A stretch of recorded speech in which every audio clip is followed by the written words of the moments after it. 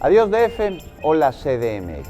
Tras la promulgación de la reforma política de la capital del país, el Distrito Federal deja de existir y comienza a llamarse CDMX. Conoce este proceso de transformación.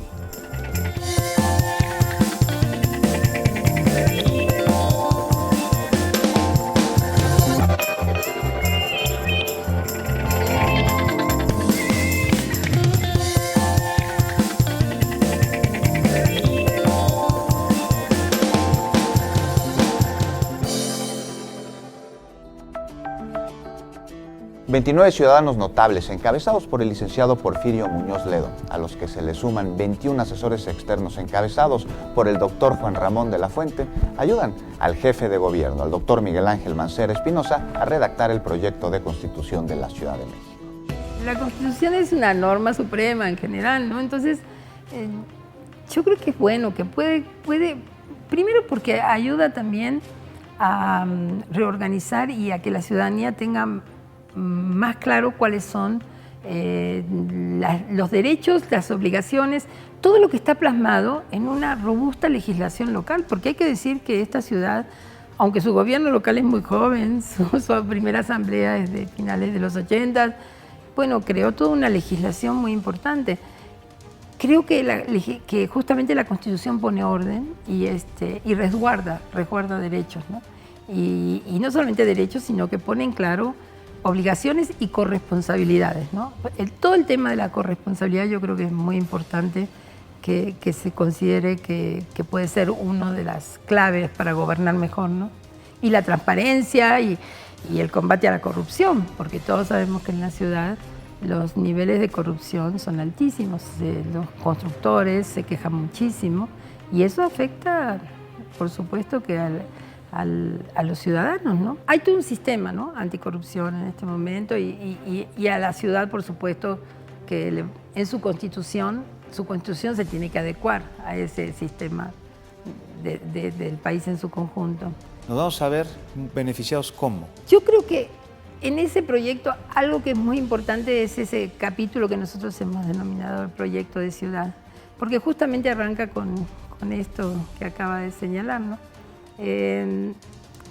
La ciudad, como todo el territorio del país, ha perdido, ha estado expuesta por un debilitamiento del desarrollo urbano.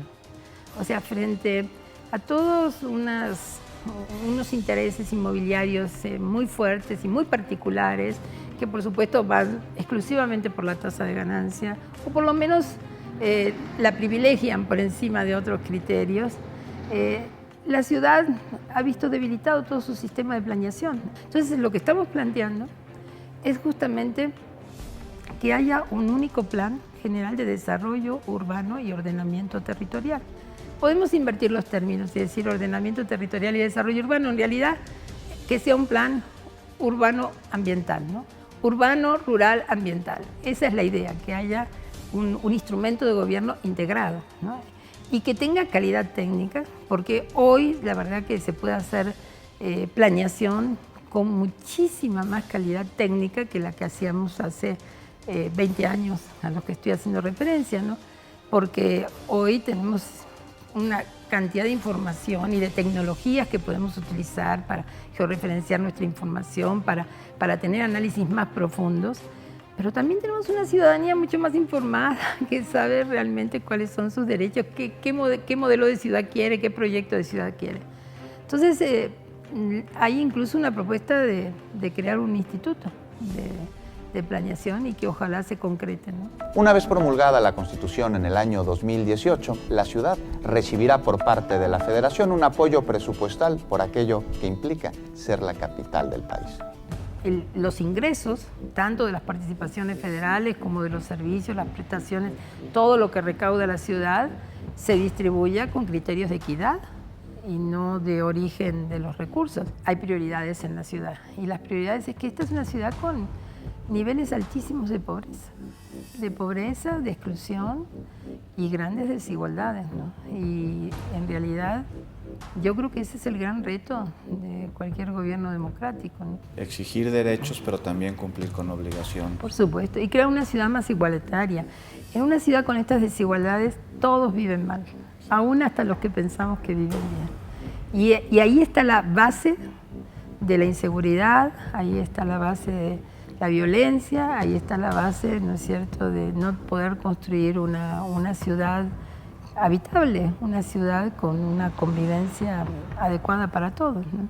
La Ciudad de México es un mosaico de culturas. Sus pueblos, sus barrios, su historia, sus tradiciones, sus parques, sus plazas, sus monumentos, sus bosques quedarán protegidos por la Constitución, la primera del siglo XXI. En varios capítulos se hace referencia a los derechos de los pueblos originarios, ¿no? Y las organizaciones sociales y civiles que participan de este grupo, más todas las reuniones que particularmente el licenciado Muñoz Ledo ha tenido con los grupos y demás, pues han llevado a que queden plasmadas ahí muchísimas demandas y un reconocimiento de los derechos y una responsabilidad del gobierno local de hacer posible el ejercicio de esos derechos de los pueblos originarios. Más de la mitad del territorio de la Ciudad de México es suelo de conservación y es por ello que nuestra flora, que nuestra fauna son ejes centrales de la Constitución. En la Constitución, la verdad que yo creo que se están poniendo muchísimas ideas en torno a cómo poder garantizar la conservación de todos los recursos naturales, de la biodiversidad de esta ciudad, de todo lo que tenga que ver con los recursos más importantes para la vida, ¿no? Pero la verdad que hay que construir un buen gobierno, ¿no? El desafío de esta Constitución, y en eso pues uno de nuestros colegas, Mauricio Merino, puso mucho énfasis, ¿no?, es que hay que trabajar para tener una buena administración. Cualquier gobierno local tiene una doble función, la de administración urbana y la de gobierno político. Pues nuestros representantes políticos están muy preocupados por la representación política, pero no por la responsabilidad que tienen una vez que ocupan el gobierno, ¿no?, porque llegaron democráticamente electos, por tener una administración urbana eficiente, eficaz, un gobierno fuerte y democrático, ¿no?, que es lo que quiere la ciudadanía. Entonces, yo creo que la Constitución puede sentar nuevas bases, porque está reestructurando un sistema de planeación, pero también está pensando en políticas públicas integradas, que finalmente su referente va a ser el territorio. Capitalino, chilango, mexiqueño, mexicalino. ¿Qué gentilicio prefieren nuestros notables? Pues yo creo que es capitalino, ¿no? Sí, a mí me parece que sí. Finalmente somos la capital del país, ¿no? Y es la capital de todos los mexicanos, Sí. ¿no?